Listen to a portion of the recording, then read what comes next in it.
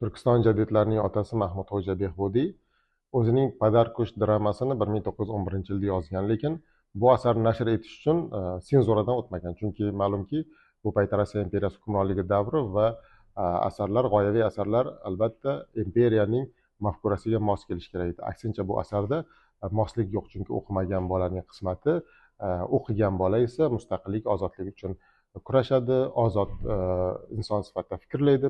Shuning uchun ham bu senzuradan o'tmagan. Keyin esa Mahmudxo'ja Behbudiy bu asarni chop etishning samarali yo'lidan borgan.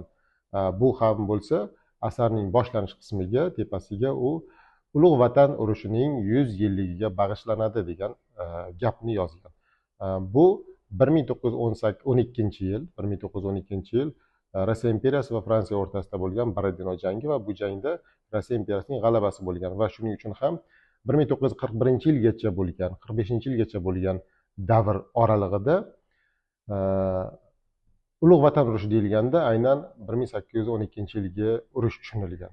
Shundan keyin esa senzura mana shu asarni nashr etishga ruxsat bergan. Ichidagi mohiyatini, mazmuniga qarab ham o'tirmaganlar. Shundan keyin asar chop etilgan va drama sifatida Samarqandda, Toshkentda va keyinchalik butun Turkiston bo'ylab bir necha marta sahnada qo'yilgan.